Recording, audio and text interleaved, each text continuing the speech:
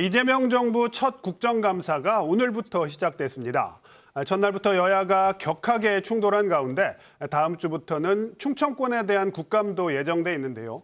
오늘은 추석 이후 정치권 분위기를 한번 짚어보고요. 충청권 국감의 쟁점 사항에 대해서도 이야기 나눠보겠습니다. 중부대 권호철 교수 나와 있습니다.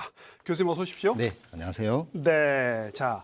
추석 연휴 기간 내내 여야는 내란 청산 그리고 민생 외면 이 두 가지 프레임을 가지고 충돌을 했습니다. 자, 이런 주장이 교수님이 판단하시는 실제 민생 흐름과 어떻게 좀 연관지을 수 있다고 보시는지요? 우선 이 추석 민심은 늘 이 정치적 방향을 하는 이 가름의 바로미터였는데요. 네. 근데 항상 명절 때마다 보면 좀 느끼는 게 여는 여대로 야는 야대로 본인들이 느끼고 싶고 듣고 싶은 이야기만 좀 듣는 것 같습니다. 네. 아까 말씀대로 여당은 지금 이 내란 청산의 프레임과 그다음에 지금 국민의힘은 민생 외면을 현 정부가 하고 있다 이런 말씀들 하시지 않습니까? 근데 저는 진짜 추석 민심은 사실 과거에 비해서 정치 관련된 이야기는 오히려 좀 없었지 않았나. 과거보다 훨씬 줄었다. 예, 그리고 또 네. 명절에 또 이거 정치 얘기 잘못하면은 또 집안 그렇죠. 싸움 할 수도 있는 경우도 있고. 근데 희한하게 이번 명절은 생각보다는 이렇게 정치 관련된 이야기를 생각보다 많이 하진 않았었던 것 같아요. 네. 근데 왜 그러냐면 그게 이제 국민들이 바라는 추석 민심은 제가 보기로는 정치인들이 누가 싸움을 잘하는 게 아니라 진짜 누군가가 민생에 집중을 하느냐 이런 게 조금 가늠자가 될 수 있다고 보고 저는 그래서 이 정당도 표를 받고 인기를 얻으려면 저는 이런 프레임 싸움을 할 게 아니라 지금 뭐 물가도 지금 고물가 여러 가지 부동산 문제도 있고요. 좀 이런 부분에 대해서 생활 문제를 해결하는 데 좀 방점을 둬야 된다. 그리고 또 지금은 싸움꾼이 아니라 문제를 해결하는 해결사를 원하는 게 이게 진짜 추석의 민심 아닐까 이렇게 생각이 됩니다. 정말 뭐 명절에 가족들이 모인다고 해도 정치 얘기 꺼내기가 너무 조심스러워진 건 분명한 것 같아요. 그러니까 지금 어느 분들은 그런 얘기를 하더라고요. 이번에 제가 사실 그런 이야기를 꺼냈더니 사석에서 워낙에 내란이라는 이 계엄 사태가 있었기 때문에 좀 마음적으로는 보수라도 좀 숨기고 좀 웬만하면 얘기를 안 하는 경우도 좀 있지 않냐 이런 이야기를 또 하는 분들도 꽤 있더라고요. 그럼에도 불구하고 연휴 기간 내내 자 이재명 대통령의 예능 출연 그리고 국민의힘 장동혁 대표의 건국전쟁 2편 관람 이게 크게 논란이 됐습니다. 자, 이 문제 두고 뭐 설전이 뭐 연휴 기간 내내 이어졌는데 교수님은 어떻게 보셨어요? 저는 솔직히 이 부분을 보고요. 너무나 지금 대통령과 야당 대표라면 국가의 지도자들이지 않습니까?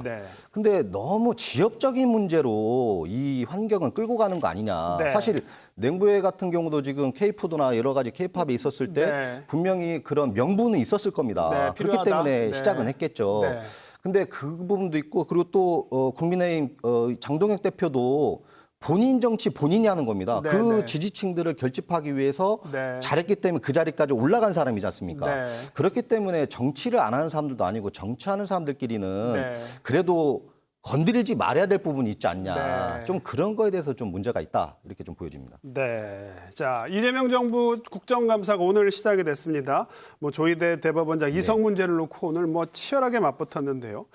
자, 근데 이번 국정감사 작년하고 비교해 보면 여야의 공수가 완전히 180도 바뀌었잖아요. 자, 이번 국감의 전체 흐름 어떻게 될 거로 보십니까? 사실 지금 여당은 지금 이 내란 청산 국감으로 기조를 잡고 야당도 지금 뭐 김현지 그 부속실장 건이나 이제 민중기 특검 뭐 관련돼서 하는 것 같은데요.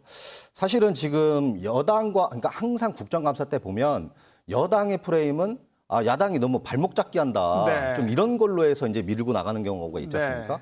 근데 저는 이번에 거꾸로 된 게요. 사실 국민의힘이 좀 그게 좀 약한 부분인데 사실 야당은 국정감사 때가 이 두각을 나타낼 수 있는 부분이지 않습니까? 그러면 그게 그러면 지금 김현지나 이런 지역적인 문제가 있을 수 있습니다. 근데 그런 게 아니라 성과로서 검증을 내야 된다. 근데 이따가 얘기 나누겠지만 그 또 지금 대법원 같은 경우도 지금 세종으로 지금 국토위 행감에서 국정감사에서 여당의 국회의원이 제안했다는 거 아닙니까? 세종을 내리자고요. 근데 그런 부분처럼 오히려 지금 여당에서 정책으로 성과를 내려고 하는 것이다. 그러니까 그런 게 어떻게 바뀌었다. 그렇게 되면 국민의힘도 그 존재 이유를 부정될 수 있다. 그러니까 너무 지역적인 문제로 따져댈 건 아니고 정책적으로 성과를 내야 된다. 이렇게 좀 봅니다. 오늘 국감에서 나온 얘기. 대법원의 세종시 이전, 이게 정부 여당이 추진하는 사법개혁하고 맞물려서 굉장히 실현 가능성이 높을 수 있겠다. 전 이렇게 보이거든요. 교수님 어떻게 보십니까? 제가 봐도 이번 정부에서 그리고 예. 이 집권 여당의 국회의원은요.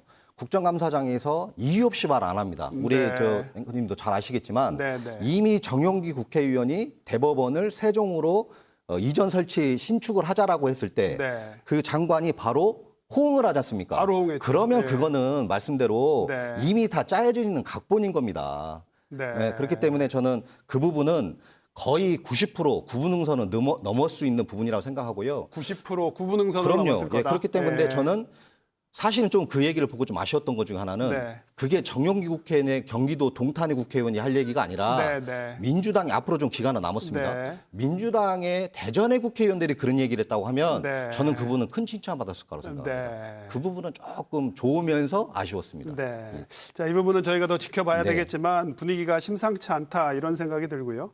자, 충청권 국회 국감 일정 얘기해 보죠. 세종시가 20일, 대전이 24일, 충남이 27일입니다. 네. 올해는 대전, 세종, 충남이 다 국감을 받는데 자, 지역 국감에서 다뤄질 현안들 어떤 거 꼽아주시겠어요? 우선 이 대전 충남은 아마 행정통합 부분이 가장 주요 이슈가 될 거고요. 네. 세종 관련돼서는 이제 해수부 이전권인데 사실 대전 충남 행정통합권에 대해서는 민주당의 국회의원들이 아마 공격을 꽤 많이 할 것 같습니다. 네. 근데 해수부 이전은 거꾸로 이제 시도지사들의 국민의힘 지사 시도지사들이 네. 우리 이분들이 나름의 전투력이 좀 있는 시도지사들이잖아요. 그렇죠. 예. 아마 그냥은 듣고 있지 않을 겁니다. 네. 자기네들도 듣다가 자꾸 공격이 세게 들어오면 아마 맞받아칠 확률이 높아 보인다. 피감기관의 장들이 국회의원들을 공격할 수도 있다. 나는 분명히 왜 그러냐면 네, 네. 내년에 선거가 있지 않습니까? 네, 네. 이 부분에서 자기네들의 존재 이유를 각인을 시켜야 될 부분이 네, 있지 않습니까? 네, 그래서 네. 그런 부분이 있을 거라 보고 짧게 좀 한 말씀 드리겠습니다. 행정통합 얘기 나왔기 때문에 저는 5급 3특 부분이나 행정통합은 네. 보완제 역할이 돼야 되는 부분이 있습니다. 네. 그러니까 지금 여러 가지의 소통 문제 때문에 여당의 국회의원들이 반대하는 게 좀 있는데 네. 보완제 역할로서는 서로 상호관계가 나중에 될 필요가 있기 때문에 네. 반대를 하더라도 반대를 위한 반대를 해서는 안 된다. 네. 뭔가 대안을 제시하면서 반대를 해야 네. 된다는 말씀 좀 드리고 싶습니다. 국감장이 좀 건설적인 논의라는 그럼요. 장이 예, 돼야 예, 됩니다. 알겠습니다, 교수님. 오늘 말씀은 여기까지 듣겠습니다. 고생하셨습니다. 감사합니다.